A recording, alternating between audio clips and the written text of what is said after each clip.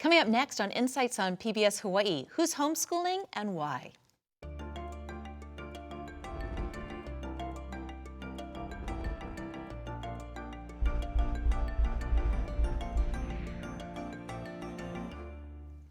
Aloha and welcome to Insights on PBS Hawaii. I'm Malia Maddock. Disenchantment with traditional school, more family time, and the freedom to teach spirituality are just some of many reasons thousands of Hawaii parents teach their children at home. Plus, many homeschooling families prefer a curriculum tailored to their child's unique personality, interests, pace, and learning style. But being your child's teacher isn't easy, and it often requires a great deal of sacrifice. Tonight on Insights on PBS Hawaii, we'll examine homeschooling in Hawaii and learn about the benefits and challenges of teaching your children at home. We always like to hear from viewers like you, so share with us your questions and comments about homeschooling by calling 973-1000 if you're on Oahu or 800-238-4847 if you're on a neighbor island.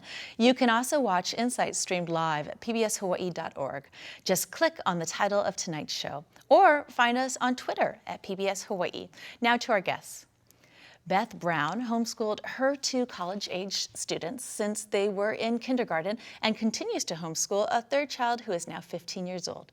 Ms. Brown was introduced to Hawaii homeschooling through families at her church in Palolo and decided to homeschool after evaluating the neighborhood schools and considering the financial obligations required to attend private school. VANESSA Sheldon has been homeschooling her two sons, ages 11 and 13, for 7 years. Because the Sheldons are an Army family, she also homeschooled her children in Colorado, Texas, and Japan. Ms. Sheldon says she chose to homeschool because she was dissatisfied with the public schools in Colorado. ARIEL MIGUEL was homeschooled in both Guam and Hawaii from 1st grade through 6th grade and is now a 9th grader at the Mid-Pacific Institute. Her homeschool journey began after she was bullied in kindergarten. ARIEL says she enjoyed being homeschooled, but she's currently enjoying traditional school because of the social opportunities. Lacey Razor is founder and coordinator for the Oahu Homeschool Co-op for families who want to expose their children to additional learning opportunities in the community, such as nature excursions, cultural trips, and artistic collaborations. Welcome all. Thank you so much for joining us tonight. Beth, can I start with you? Could you tell us what is required to begin homeschooling a child? Hawaii has a really great homeschool law. If you decide to homeschool your child, you need to write a letter of intent or send in a form 4140 to the principal of the school that your child would attend were they to attend public school. That's how you initiate the homeschool journey. And then after that, you need to provide some form of either standardized test, a report by a certified teacher, or a progress report that you've written out, a narrative describing your homeschool to that principal each year. And is that the end of the academic year that they were first homeschooled? That's the end of the academic year. So in each year thereafter, you have to provide some form of progress report, and it can take one of those 3 forms. Okay, and that's at all ages or at certain ages for the children? At all ages, they have to have some form of progress report. There are specific ages that standardized testing is required. But standardized testing could be used for each of the progress reports. Okay, and Vanessa, I think you were saying this is the first year you're going to be doing this test for your children here in Hawaii. Yeah. Is it complicated? It is not. We can either use a school where our letter of intent is held. Last year they called me and asked me if I wanted to use a test. Or there are also proctored options, certain online programs that you can buy the test and then they will proctor it for you. Or you can find somebody who has a bachelor's degree and teacher who will proctor it for you. It's not hard. Ariel, you actually experienced this. Do you remember those testing process at the end of your homeschool years? No. No, it's all a blur, huh? Yeah, because it was a long time ago. So I remember we went into a room and it was either on a computer or paper, and it wasn't easy, but it wasn't hard. It was just filling in the lines and easy. Tell us about how your homeschool journey began. You were being bullied. Mm-hmm. Can you tell us a little bit about your experience? So I was bullied in kindergarten because I was a lighter skin color. And this was in Guam? Yes. That you had this experience? Yes, and it got to the point where I didn't want to go to school anymore, and I cried and told my mom I don't want to go to school, they're bullying me. So then she decided to homeschool me. And this is so interesting to hear your story, because in preparing for the show, I had read a story on NPR that described how many African American families are turning to homeschooling, and the reason they cite is prejudice, which is something that you experience. And they said that was the #1 reason that African American communities have cited for homeschooling, versus apparently in white Americans, the #1 reason is religion. So a slightly different take on it. Lacey, in your experience, what do you think that the #1 reason in Hawaii would be cited as? What do you hear from families? Well, most of the people in our group are not homeschooling because of religious reasons. Most of our members in our co-op, some of them are religious, of course, but they are definitely seeking different educational philosophies and more opportunities that are child-based learning opportunities. So an alternative to traditional school. And correct. What do they identify as not being part of the traditional school experience that they want for their children? Well, classroom size is a big part of it. Also not having lectures, and then not having testing so often. Right now, most children are being educated to pass tests. And that model is not satisfactory to a lot of the parents within our co-op. I see you nodding, Vanessa. Is that your Testing situation? is a big thing. Dissatisfaction just in general with the school, with education, with safety. I hear all the time, but big one is the testing. People are, not sure that their kids are actually enjoying their education or actually learning anything, because so many classes have to teach the test. So many teachers have to teach the test. And I think that it really takes away from the educational experience for the children. You originally made your decision because of security for your children, Correct, yes. correct? Tell us a little bit about that. Well, when we were in Colorado Springs, we had started out with kindergarten in a school, and it ended up happening just a really unusually bad situation, I think. I'd like to think it wasn't common. My son was left out in a field after a field day next to an area where there had been attempted kidnappings. And I just happened to show up, and he was sitting outside all by himself. And at that point, I was livid, because, you send your kids to school, you expect that they're going to be safe. You don't anticipate that something's going to happen to them. So thankfully, at that point, we had actually been accepted to a charter school, which followed this classical education model that I was really interested in at the time. And we started the following fall, and I absolutely loved that school, loved it. Volunteered all the time, and even though I was there a lot and I was really active with the school, he still ended up being bullied pretty badly within his classroom. Ariel's experience. Yes, and unfortunately, even though his teacher was great, she was just one person. She couldn't constantly monitor, couldn't constantly, see what the kids were doing. On the playground, it was just her, and there were actually a couple of classes that would be out there at a time. And his personality changed completely. He became a totally different kid. So at that point, my husband and I just said, we're done. We're gonna go ahead and start homeschooling. What would you say to those, and there's those who argue this out there, hey, children need to learn how to function in the real world. And there's going to be bullies, and there's going to be mean people, and there's going to be people they don't like.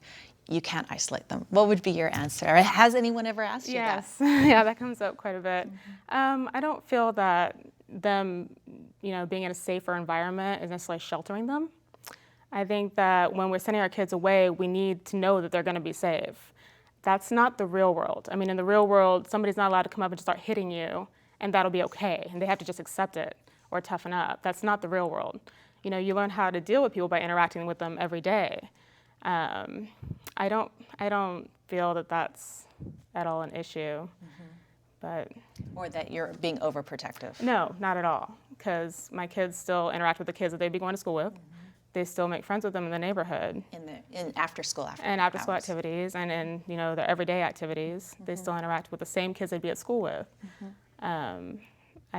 I really honestly don't see much of a difference. Beth, for you, we mentioned spirituality in the introduction, and church was part of your reason for this. Can you address that? Was religion a factor for you? I don't know if really religion was a factor for us deciding to homeschool, but it does play, our faith is something that permeates our whole life and what we do and who we are and how we make choices and the conversations that we have with our children. So it is a part of our homeschooling, although it wasn't a primary motivation for us to decide to homeschool. What led you to continue homeschooling for your children? What did they gain from it that you liked? we just really loved the process of doing it together. We use a literature-based curriculum. It was a lot of fun to read the books together. We would explore things out in the community related to what we were learning, hear things on NPR that was related to what we were learning, travel on the mainland. You'd bump into things that you could make connections with, and because you were an integral part of their educational process, you knew what they'd been hearing and reading and thinking about, and it was just a lot of fun. So for us, it was the enjoyment of the process, and then just the positive conversations and the relationships that developed in our family. We'd observed this in other homeschooling families, and then we saw it begin to happen in our own family. And so our kids were thriving academically, socially, emotionally, spiritually, and even though it wasn't a decision that we said, okay, we're gonna homeschool and we're gonna do it for X amount of years, it just kept on building and we kept on going. So when did your older children transition into traditional school? Not until college, or? We took, well, traditional school can take many forms these days in some ways, but initially they did some online coursework that was with a live instructor where they'd use a conferencing software and log in and interact with the students in the class. They also took courses at the community college that we lived near and participated and also gained college credit along the way doing that. So those were the two probably most the ways they transitioned. We also have been a part of co-ops for years though, where different parents would cooperatively teach coursework, academic and extracurricular. So they'd been in classroom settings in those situations as well, and at church. So. And then, what are your children currently doing, the older ones? Okay, our oldest is graduating from college. She'll be coming back this summer and starting medical school at the John A. Burns School of Medicine here in Hawaii. So we're excited to have her back home after having her gone for 4 years. Yeah. Our son is currently a freshman, finishing his freshman year away at school in Virginia. And then our daughter is at home. So they graduated from high school in a homeschool format and went into college? Yes. And what was that transition like for them? What were the challenges? They both think that the community college transition was a fantastic one for them. They both think that was a great way to transition. They didn't have really big bumps. So there's been no downside for you at all, for your children at all, with homeschooling? I don't think so. I don't know if I'm the one to ask, but, as far as you can tell, yeah. It's been Ariel, for you, positive. What was the transition like? Was it scary the first day you were walking into a school? The very first day when I started school, I was a bit nervous. Like, I didn't know what to expect because I hadn't gone to school before.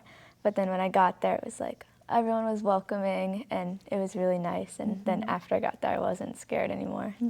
Did you ever, at any point while you were being homeschooled, sort of think, oh, I kind of wish I were at school like the kids in the neighborhood, or was there never that sense for you?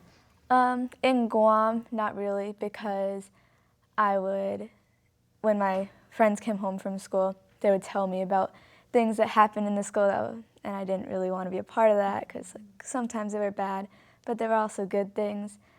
But I think that throughout the entire time that I was homeschooled, I didn't really feel the need to go to school. Then what started to change? At what point did you sort of start to feel like you would be interested in going?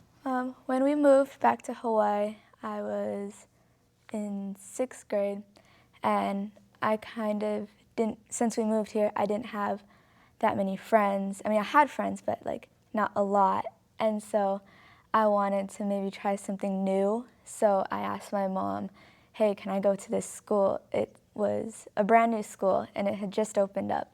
And it was a charter school, so it had a lot of, the learning was very compatible to what you had done. And so I decided to go there. And had your mom been your main teacher? Yes, she was my main teacher, but we also, if we were learning about something that I liked, she would put me in a class, maybe at a university or something, so that I could learn more about it, and then from there, she would help me through the rest. So you'd be what age in a university class? That must have been a pretty amazing experience. Yeah, I was like 7, 8. And she would take you. Vanessa, you're the main instructor for your children, correct? Yes. So what is that sacrifice like for you? I think we talked about it. The hardest thing that I find is trying to find time for me, because I spend a lot of time with my kids and at home. But thankfully, I have managed to cut out time. Kind of just have to make it happen. Actually, Lacey and I are in a writers group together. We meet on the weekends, and it's a really fun group of ladies. We just get together. We don't necessarily talk about homeschooling our kids. We just kind of talk about writing and things that we enjoy. But that's really the most difficult thing that I have found. It's just, I mean, doctor's appointments, getting your hair cut, all those things, that a lot of parents might take for granted while their children are at school. How do you manage all that? Right. My husband, I usually wait and I go around his schedule, like whatever I need. Thankfully, I don't go to the doctor a whole lot. I don't get sick. I'm very fortunate that way. But anything else, I just wait and I go around my husband's schedule. Interesting. Lacey, what about you? I mean, you've got a 4-year-old, so that's an age at which most moms just sort of say, I'm not going to be getting my hair cut for a while anyway, right? But do you anticipate doing this? Is this something you want to do for as long as your child wants to do it? Yes, absolutely. There's a whole stack of reasons why, but the main one is that homeschooling affords us the opportunity to have time. Time to explore, time to volunteer in our community, time to hike and travel and really invest in friendships and experiences outside of an academic environment. All those are learning opportunities in the homeschool world. So you'll even hear jokes like, oh, we're going to the grocery store, it's a field trip or whatever, and that's exhausting to try and fight that stereotype. In fact, no, we don't consider that a field trip. You could turn it into one if your child's young enough, I suppose. But more than anything, I look at the stats, and that's that for home-educated children, they can spend an average of 2 hours a day to stay on grade level with their peers. That's 2 hours. That is, 3 to 4 times less time than school children spend in school. And so that's a lot of time that we can go to museums or, do things in our community and have other learning experiences. And we embrace that. And free up that time. Right. And sometimes that just means that we get to socialize during those hours. And so that's a big thing. Everybody always says, like, oh, are they going to get socialized? I have to actually stop and halt the socialization activities because I will overdo it on those and go, okay, we probably should read some books now. And that is, I think, Right. a lingering idea about homeschooling. When I mentioned to people that this was going to be the topic of this week's show, many were positive. Many said, oh, how can kids who are homeschooled ever learn to deal with the real world? They're at this disadvantage. They won't know how to deal with different personalities. Vanessa, do you get that from people? Oh, yes, since my kids were little. Not so much anymore because my kids are older, so it's obvious that they're doing well. People see them and they interact with them. They just can tell that they're socialized. They've always been active in activities and different sports and Civil Air Patrol and Scouts and just always been very involved with things in the neighborhood. Like she said, volunteering has always been a really big part of us. And there's, of course, homeschool groups and there's co-ops and there's other, means for the kids to get out and meet other people and just the kids in the neighborhood as well. So I would imagine, though, that like in all things, in all schools, in all parents, all families, there are cases where perhaps homeschooling might be with a parent that loses their temper a lot, that there could be a negative setting for the child and there are no other adults that are supervising. there could be, I'm sure. I've never met anybody personally. You don't see that? I don't see it, no. All right, let's get to, I'm sorry, go ahead. I just wanted to say, I personally don't think that homeschool is necessarily for everyone, and that's okay. There are wonderful people who are excellent parents, and they're going to make the best choice for their children and themselves. And I said this earlier, and I have an opportunity to say it again. If you need that time while your child is in school, even if all you do is sit there and stare at Facebook during that time, and then when your child gets home, and you can be an excellent parent, and that's what you need to do that, then that's fine. And I will not ever judge anyone for that. That is a good point. All right, let's get to some questions. This is from Dean in Honoka'a. Question, if public schools were to be privatized, would homeschooling families consider sending students to their local public school? And I guess we address the fact that some people make this choice because they don't like the school that might be available to their children. if you had a school that was public, free, that met your educational criteria, would you be sending your children to it? I don't think I would, because homeschooling has just been so beneficial to my family. We've been able to work around my husband's crazy schedule and spend time together. Educationally, I think they've been able to pursue things that they really are passionate about. We probably wouldn't at this point. It's not an issue of the school available at this point. Beth, what about you? I agree with Vanessa. For us, we probably wouldn't. I think it'd be wonderful if everyone felt that the school that their child could go to would be an excellent school for them. But for us, we've just enjoyed the interactions, the conversation, the opportunity to be the primary influencers, to dialogue about bumps in the road along the way. I think one of the precious things about homeschooling is there's many important conversations to have. And as we all know, timing is so important. When's the right time to have the conversation? If our kids are gone for hours and hours out of the day, sometimes it's hard to find the time to have those conversations. We have lots of other commitments and things going on in life. And so for us, it's just been wonderful to have the opportunity to have the time. Yeah. Let me, Ariel, let me give this question to you. It's from Kathy in Honolulu. How does the panel feel about parents should be parents, teachers should be teachers? Was it ever hard to have a parent who's the teacher? Sometimes it was. As I got older, I would tell my mom, like, no, I don't want to do that, and something. And she would say, well, if you were at school, the teacher, you wouldn't say that to the teacher. And then, so as I got older, I did that to my mom. But I think when I was younger, I loved having her as a teacher. So it was a natural progression. It was the right time for you to go ahead and go to school. All right. This is a question from Tom in Waikiki. Does homeschooling receive any financial aid, tax relief, or any other help from the state of Hawaii? Lacey. There is a charter school which allows parents to sign up. It's Myron B. Thompson, right? And they provide funding, but they also require that your child come and take classes. I think it's twice a month. Is that right? Right. And then they also give money then for you to buy materials, and you know, and that works for a lot of people. If your goal is to avoid the testing, then that's not a good program for you. Because you'll have a lot of the testing. Right, exactly. So it doesn't always work with every parent. Okay. And also, technically under the law, that's not homeschooling. That isn't considered homeschooling. It's a part of the public school system. Interesting. Even Although 2 you days. can do a lot of your education within your home, it doesn't fall under the same homeschool law in this for the state of Hawaii. While we're on this, and preparing for this show, I was reading the difference between homeschooling and, is it called unschooling? Is this something you guys are familiar with? And there's hack schooling. So could you explain those terms? Sure. Well, from what I've seen at unschooling, it's more you follow what your children's interests are. Sometimes, I mean, there is not necessarily a lack of structure, like a lot of people see it as being lack of structure, but the unschooling families I've met have all typically had their own form of structure. Ultimately, I think that everybody ends up being an eclectic homeschooler, which means that we kind of take bits and pieces from each, thought and school of thought on homeschooling. And that's pretty much all that I really understand of unschooling. I know that the first year after we homeschooled, we technically unschooled because we had to decompress, from our horrible situation. We really needed to bring him home and heal him.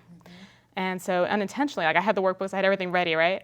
Unintentionally, I realized that we needed to just spend some time. I was really impressed and amazed by what they did on their own. My kids actually, one day we were doing absolutely nothing. I had nothing planned.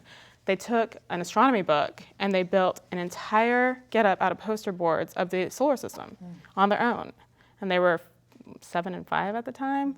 So, I mean, I'm always impressed by what children can do on their own. So that's kind of what I understand of unschooling. Now, during that unschooling period, did you have to worry about doing the testing at the end of the year? I didn't. One, my kids weren't old enough, and it wasn't required where I was at. Okay. So not every state requires testing. Okay, so that could change things. All right, from Susan on Kauai, what would they recommend to other parents who have homeschooled children transitioning to traditional school? Ariel, can you take that one? What would you recommend for families that are getting ready to transition their homeschooled children into a traditional school? Any advice? It's not that hard. The first day, everyone is always scared because they don't know what to expect. But once you get there and you find a couple people that you start being friends with, it's really easy. Beth, maybe you can take this one from Patrick and Aya. How did the panelists' children transition to traditional school? You were saying for your children that came in college and it was no problem. No, it wasn't a problem at all. Do you think that homeschooling helped them stay away from some of the negative behaviors that people associate with, sort of drug, alcohol, some of the things that can happen in high school and beyond? I think it could have had an influence. I know my daughter has told me that she feels like she's super gregarious, very outgoing, very peer-oriented. And she feels like because she was homeschooled, she was in a setting where she got to become more sure of her own values and who she is as a person before being in a situation with a lot of high pressure and intensity socially.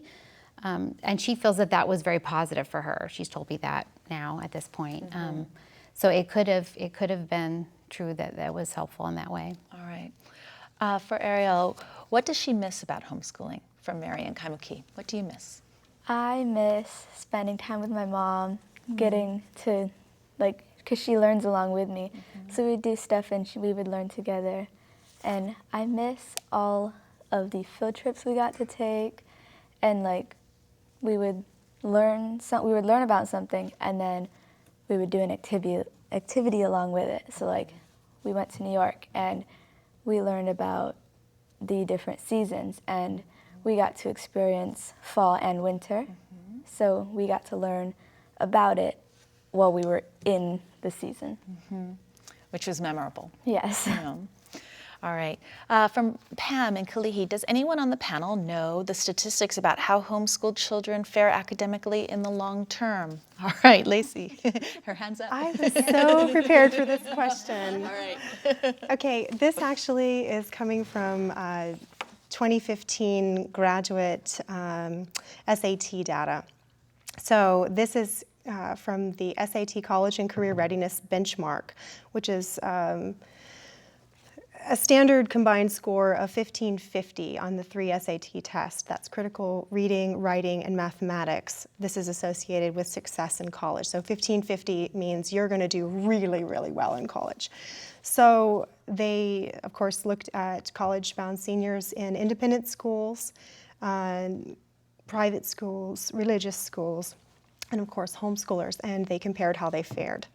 So the combined average SAT score for homeschoolers and independent schoolers, that would be your super private charter school and your non-religious private schools.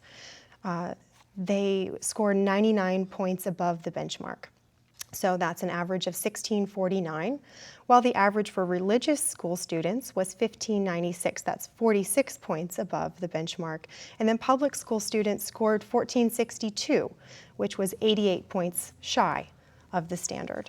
So that's one big factor. Higher. Much, much higher, considerably. All right, tonight we're examining homeschooling in Hawaii. We'd like to hear from you, so please call, email, or tweet your questions and comments. Call 973-1000 or 800-238-4847 if you're calling from a neighbor island.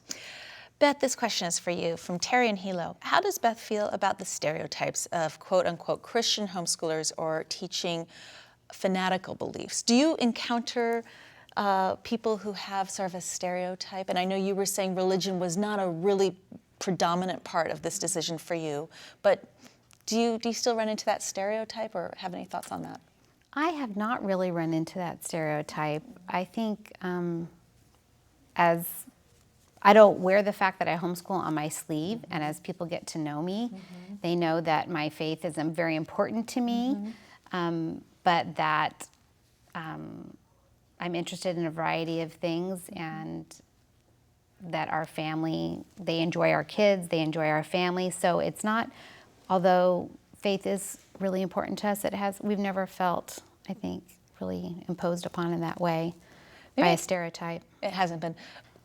Vanessa, we were speaking a little bit before the show, and you were saying you do run into people who definitely have sort of their opinion. When you run into someone who might not have a positive opinion about your choice, what do you do? I try to accentuate the positive. I used to really take it personally. When it was hard, a lot harder, especially when they're little and you're kind of new to it and you're not really sure. I just kind of accentuate the positive. I answer questions. I don't automatically try to defend myself because I don't feel like I need to. What sort of questions do you get? Always a socialization. Always, always, always. Academic questions come up. How are you able to teach your kids? Why do you think you should be able to teach your kids? And you're not a certified teacher. You're not this. That comes up quite a bit. My answer to that is always that, one, I went through the public school. If I am not qualified to teach my kids the basics, what makes you think my kids should be in that situation?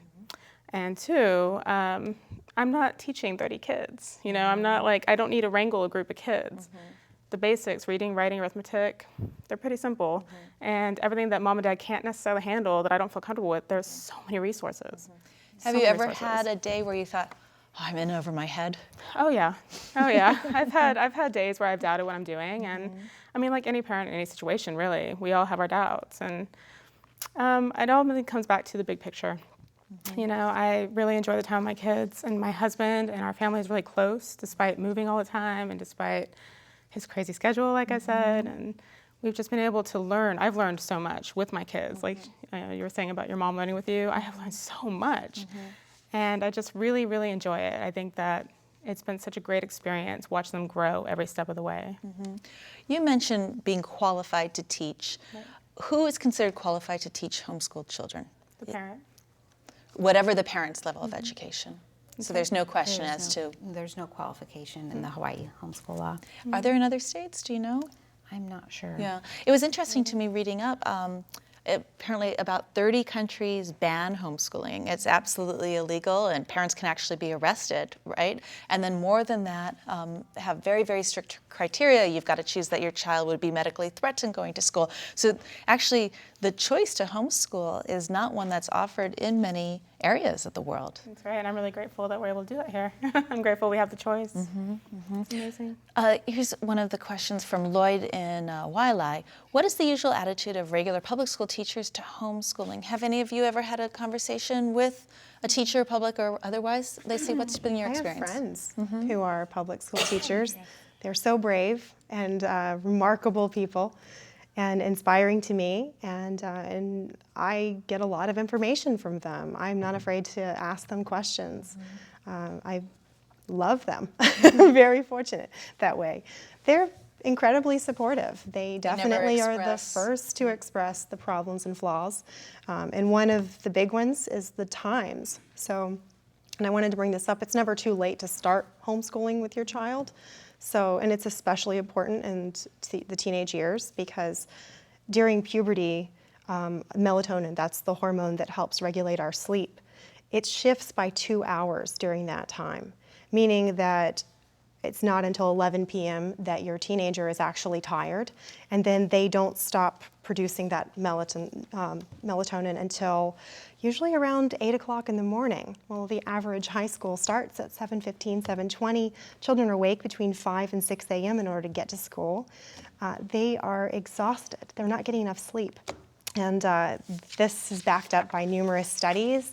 Those studies show that they're not performing as well academically. They're using more recreational drugs and alcohol, and they're having car accidents because they're sleep deprived. So this is a big deal, and so it's not too late. Have you found having to be on a schedule difficult at all? Has that been a downside? Yes, sometimes. My school starts at 8:15, and so we live kind of close to there, so I can get up around 7 and then be able to get to school by 8:15. So it hasn't been that big of a change, but getting up at the same time every single morning is sometimes hard. Ariel, what sort of questions do you get about your homeschool experience from adults or classmates? My friends. Who was I friends with? Did I have friends? And yeah, I had so many friends. So if there was a downside at all, and I know your experience was good, if there was a downside at all, if you had to name a downside, was there any, or was it completely, 100% positive? I think the only downside was that I got one teacher and I didn't get to learn about other people's teaching styles. And was that hard to transition when you got to a school and you had all of those different voices? Yeah, the first school that I went to, all my teachers were really nice to me, and like so many teachers, but they all kind of taught the same at the school, so it was easier for me. But then when I went to mid-pack, it was a little difficult, but I'm getting used to it. Getting used to it. All right. From Deanna in Ainahaina, is homeschooling predominantly in more affluent families where the mother does not have to work? Any thoughts on that, Vanessa? It's quite possible. I think most of my friends do stay home. I do. We stay home. It's definitely easier that way. But You don't have to give up the income to quit the job to do it. But you know, a few years ago, I did actually work full-time at a gas station because we needed a little extra income, and I still continued to homeschool. I would work at night and I would come home, and it wasn't exactly the easiest thing, but homeschooling was such a priority to us that we were not about to give it up. Wow, so you actually would do evening work so that you could do it. My mom used to do that. Yeah. Your mother did it too. And I've known several people who have successfully worked from home. Blogging's a big thing now. People can make money blogging, and I think we were talking about that. And so, I mean, there's so many different ways that the moms can still earn income if necessary. It's not- Interesting. Beth, here's a question from Sandy in Honolulu. What types of transcripts are used by homeschooling students to apply for college or university programs? There are a variety of transcript programs that you can purchase where you enter the data. In Hawaii, there is a Christian Education Institute, which you can work with for a fee to help you compile transcripts and do your record keeping. I made one on Excel, and that worked out just fine. So there's really several options, and you can Google them or learn to use Excel. Yeah. So you didn't find the college application process without the support of a high school to be intimidating? It's definitely intimidating, and you want to start doing your research early. If you have any idea what schools your child is interested in, you want to contact them and find out what their homeschooling requirements are. Some schools require more, for example, SAT subject tests of homeschoolers. They may require a greater number of letters of recommendation from different kinds of people. Homeschooling is getting more and more accepted in the college arena, but still schools do have specific requirements. But generally, if you do some planning ahead, think about it ahead, take that SAT subject test right after your child takes the course instead of waiting for 3 years later when they have to review it all, for example. You can definitely pull it off. So it takes a little bit of extra work. Yeah. And you have to be on it with your record keeping. You want to start keeping a log of all the volunteer activities, any jobs that they have, any extracurriculars. People, for example, our children, they asked professors to write letters of recommendation from the community college when they were a junior, even though they weren't going to need it till they were a senior. Just to line up their ducks. Exactly, Sort of, exactly. Anticipation. All right. Vanessa, let me give this question to you from Gail in Kaneohe. Are boys easier to homeschool than girls? And I have to say, I love that question because as the mother of boys, usually you would think people would ask the opposite. I don't know because I haven't homeschooled girls, but my boys are definitely very active, and honestly that's actually one of the benefits is the fact that during the day they can focus on schoolwork, and if they really need to, like if they start to lose focus, I can just send them outside, they start beating each other with Nerf swords, for like a half an hour or so, and then they can come back in and refocus, and that's definitely one of the benefits. I love homeschooling boys. They're so messy and dirty. Homeschooled on an exercise ball, and he bounced. My youngest learned spelling words spinning in circles when he was about 6. Yeah. Because one of the criticisms of traditional school is that it is hard for boys to sit at a desk for that long. Absolutely, it really is. Yeah. I mean, Did you like being able to run around when you wanted yes. to? We had a little toy that you could spin around. So when my mom was talking, I would be spinning around on it, or I would be standing up and jumping all over the place. When you got into a traditional school, were there any things that you were sort of thinking, what is that, or what do they mean, or sort of the language of school and the pattern of the day? Yeah, they had such a set course that you wouldn't want to learn something else, but they were like, nope, you got to stay on the path. And so that was... Was that frustrating? Sometimes it was, but sometimes it was like, okay, I can do that. All right. This is from Emily. Can someone comment on the privilege inherent in a family that has the time/resources to homeschool their child? For many families, especially in Hawaii, with such a high cost of living, being able to homeschool your child full-time in lieu of having a job is not an option for most. We did touch on this earlier. You were saying that you actually were at a gas station at night to Yeah. make it possible. Yeah. Of course, for some families, this simply might not be an option. Exactly. It might not be an option for their family, and that's not a big deal. It's not a problem. You know, everybody has to do what's right for their family. If you homeschooling is going to put pressure on your family that, you know, would cause damage to you, then that's not worth it. Right. You kind of got to evaluate your situation. I see you nodding. Lacey, any thoughts on that? I have some stats All if right, you'd let's like hear them. the stats. I like the stats. I did homework. Statistically, homeschoolers succeed no matter how much money was spent on their education. So parents who spent under $600 per student, this is in a year, they scored in the 86th percentile, and parents who spent $600 or more on each student scored in the 89th percentile. So still great. And again, 2 hours a day, and they're on par with their peers. And there are a lot of free homeschooling resources out there, a lot. And I have one right here. I started a co-op, and it is totally free. You know, we have discounts for any of the actual field trips that we go on. So like museums are discounted rate for us because we're a group. So it's cheaper than if you just took your child. And then a lot of the activities are free, and I spend a lot of hours putting together publications showing what all we did during each session, and our newsletter every month has great detail as to what we did so that you can keep a record of your child's progress and what they've done. So later when you have to compile things like that, you have a record. That is a question we got from Christine and I. How can I get more information on homeschooling? Where do you start? Is there, if you had to choose one website maybe to go to just to start to get the lay of the land, any suggestions? Oahu Homeschool Mom. Okay. Well, Fantastic website. Do you agree? That is a really good website.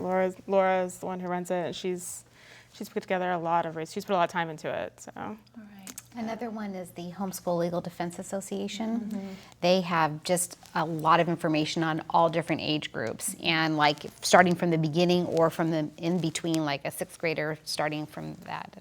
For every age. For every age. From Michael and Makiki, are there any quality standards such that some parents are told that they are not qualified to conduct the homeschool and the child must attend a classroom? We did touch on this earlier in that there is no rule as to what sort of education or background the parent, but what if things are not going well in the home? Who's there for the child to intercede? Are there any resources? Hawaii, you do have to submit the test results, and I think they can intercede at a certain point. Yes, if So, there's yeah. several years of not showing academic progress, then they may step in. At that point. All right. From Tammy in Hawaii Kai, do the parents ever feel like there's too much togetherness when they're with their children so much? Any thoughts? I have never actually come across that, honestly. I really, really enjoy my kids and who they're becoming, and I don't feel like there's too much of it. Ariel, was that ever, I mean, obviously you loved your experience and you love your mom. As you grew up, did you have that very natural inclination, which many children have, of needing more time and more space? I don't think so, because when I was homeschooled, almost every day, after we were done, I would go outside and play with my friends. So I would spend half the day with my mom, and then I would spend like a fourth of the day with my friends. So I got some time alone, but it was good.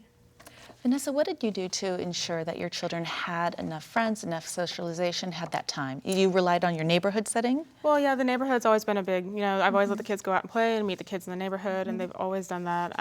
They're very social and very naturally drawn, kids are naturally drawn to them. They've also always participated actively in scouts or sports. My older son is now in Civil Air Patrol, which has taught him so much, it's got so much discipline and leadership skills, and so they've always just interacted in homeschool groups. I actually started a homeschool group a couple years ago, and the families within the group are just amazing. We get together socially, and the kids all really like each other and hang out and play, and the parents all really like each other and hang out and play. And so it works out. It's worked out, yeah. What did you do to make sure? Very similarly, co-ops, lots of sports, different speech and debate, many different outside activities, church-related things. Where did you find this? What was the speech and debate through? What organization? The speech and debate was through a homeschool league that's here on the island.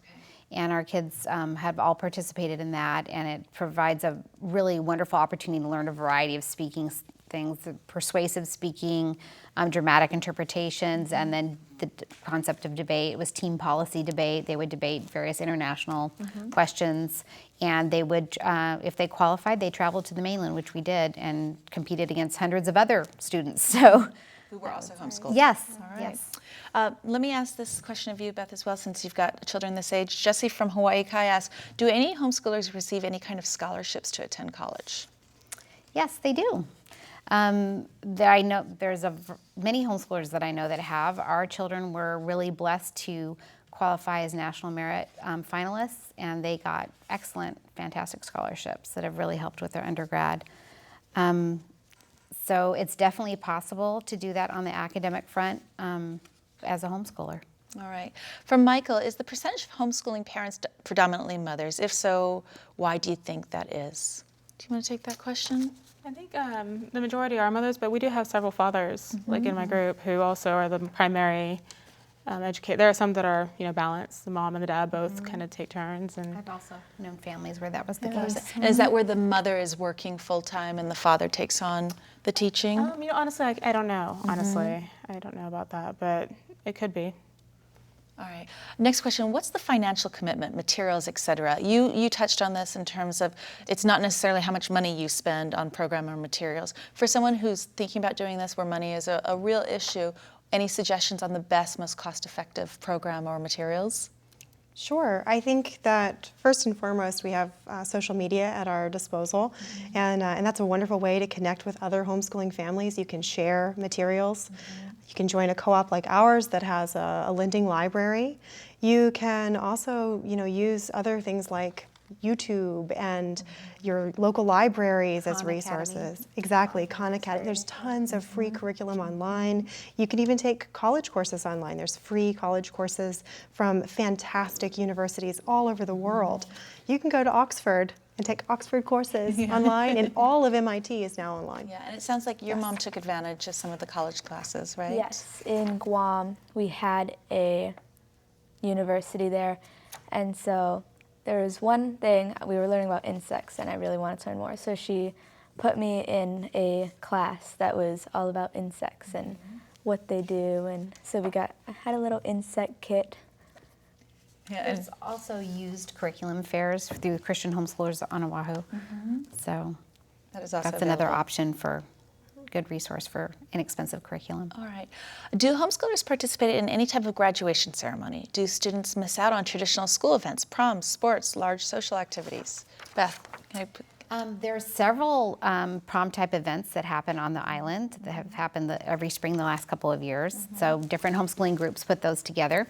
Homeschoolers of Older Children on Oahu is actually a Facebook group that is having a banquet and dance shortly, and HYPE, Homeschooling Youth and Parents, is also having one in May. Then there's also, as far as, there's just many opportunities for in your co-op setting, you can put together a graduation. Our church does a baccalaureate, and it's not just for homeschoolers, it's for everybody, but we kind of use that as our kids' graduation, and there's so many family and friends invited to that we just have a big party. So this Christian Education Institute hosts a large graduation ceremony each year as well. I saw you, Vanessa, jumping Yeah, in. there's Any actually question? currently, among several groups, there's a graduation planning going on right now for the end of this year. So there's definitely graduations. HOCO is great for social activities, for dances. They put on a dance every year. All sorts of field trips. All sorts of field fun trips. things, yeah. They are amazing for the older kids. Yeah. All right.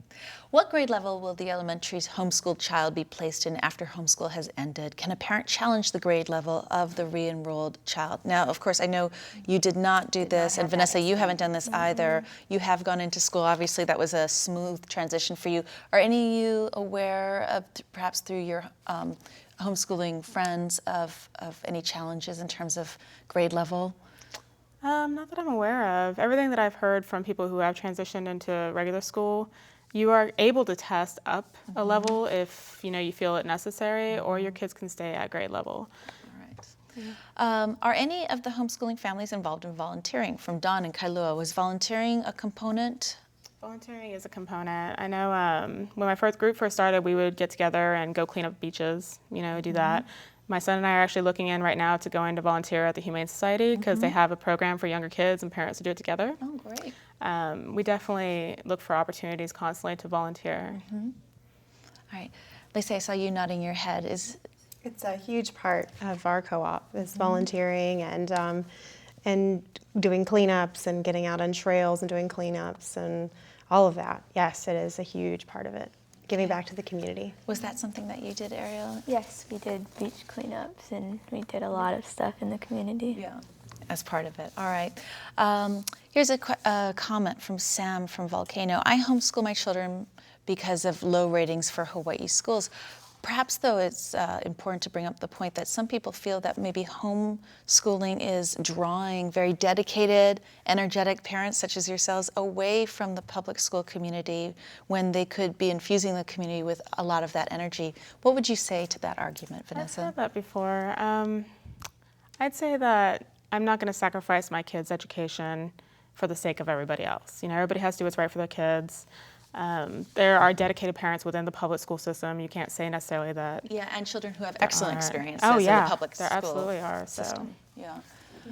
All right. Sometimes the people around you won't understand your journey and your choices. That's okay. They don't need to. It's not for them. Now, your child is young. If he came to you at 8 and said, Mom, I want to go to school, what are you going to do? I would definitely, we follow his lead.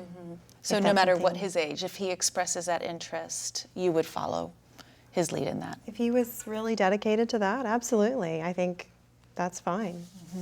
I trust him. Vanessa, have your children ever expressed the desire to make a change? Yes. My older son has. My younger son has not. My older son has expressed a desire to go into the public schools, and mostly because his friends in the neighborhood, all went there, and I think he always wanted to ride the bus. That's like a big thing. I think the big yellow bus, And we did. I followed through with it. I looked into it with him, and we weighed the pros and cons, and I discussed it openly with him. And I said, look, this is how your situation is going to be if you go there. And this is how it is if we continue homeschooling. And ultimately, we would always continue with the homeschooling. And so, in the end, you would come to an agreement. We would always come to an agreement. But you anticipate yourself going through high school with this? As of right now, we do. We're currently, my son's heading into 8th grade this coming year, and so we're currently in the planning stages for high school. We just want to be, like Beth said, prepared. We're looking at the universities that he might want to go to, and just kind of lay it out and see. But if the time comes, we kind of take it year by year. If the time comes where he would be better in the school, then we will consider it. It's not something that's off the table completely. Did your children ever express a desire? We did think about it, particularly with our older daughter, and she kind of went back and forth, pros and cons in her mind. Ultimately, we decided to continue homeschooling. All right. How do I know what to teach the child while homeschooling? This would again be going to those resources, going to curriculum. You've done sort of a blend of different programs. You haven't signed up for one program. No, we're an eclectic homeschool. We do a blend of homeschooling curriculum. We have used online classes that are teacher-led. We have used those for writing. Currently, we are using a curriculum called Moving Beyond the Page, which is unit studies. And it's an amazing curriculum for history, language arts, and science. And then we use a blend of materials for math because, no one program is going to completely teach everything that they need. And so we definitely use an eclectic blend. Yeah. Ariel, what do you think in the end homeschooling gave you that, had you not done it, you wouldn't have? The learning, like I want to learn this. So my mom was like, okay. So she made a unit study, and we would learn about what I wanted to learn about. What are your passions from that? What were the things you ended up being drawn to? Animals. I loved going outside and doing stuff, going on hikes. All right. Let's end with, if you could give one bit of advice to a family or a child starting out on this, what would be your advice to them? Don't be scared. It's so much fun. All right. That's a happy note. Vanessa? I like her advice. Don't be scared. It's not a permanent choice. If you decide you need to try homeschooling for any reason, give it a shot. Take it year by year and just see if it works for you. There's always an adjustment period, whether you go into the public schools or whether you're homeschooling. Give it a chance. See if it works. Don't be afraid. You don't think there's much to lose? No, I don't. I think that you have everything to gain and nothing to lose, ultimately. Lacey? I agree. I think all of those comments are spot on. Do you get good advice from parents of older children about the path that you're embarking on? Absolutely. One of my closest friends is, she lives in Edmonton in Canada, and she home educated all of her children, and they are remarkable individuals, and I definitely she's my mentor. I Was that an just love- inspiration for you? Oh, yes, yes. I actually initially met her through a blog and followed her blog for years while she was raising her kids. And then I finally got to meet her. And we've just been really, really close ever since. She's amazing. Beth, your advice. I am also in agreement with everything everyone's saying, and I would say connect with the resources in your community. Reach out to other homeschooling parents and to the resources in your community. Don't try to do it alone. I think there's a tendency right now for everyone to focus in on what's available digitally and what's online out on the web. And there's so much richness to gain from the relationships with other homeschooling parents and learn from them. It's really probably changed since when you first started, Yes. just the online resources, and Yes. that's not always for the best. It's wonderful that we have so many resources, but I would say it's a loss to not connect with others who are doing it as well. Very good advice. Thank you all. A very informative hour. Really appreciate it. Mahalo to all of you for being with us tonight. Next week on Insights on PBS Hawaii, we'll take the road to medical marijuana. In 2000, Hawaii became one of the first states in the nation to legalize medical marijuana. For patients, though, the road to obtain it has been a bumpy one. Patients have had to grow their own or rely on a caretaker to grow it. But come July, a new dispensary system will allow licensed businesses to grow and distribute medical cannabis. That's next time on Insights on PBS Hawaii. I'm Malia Maddock. A hui hou.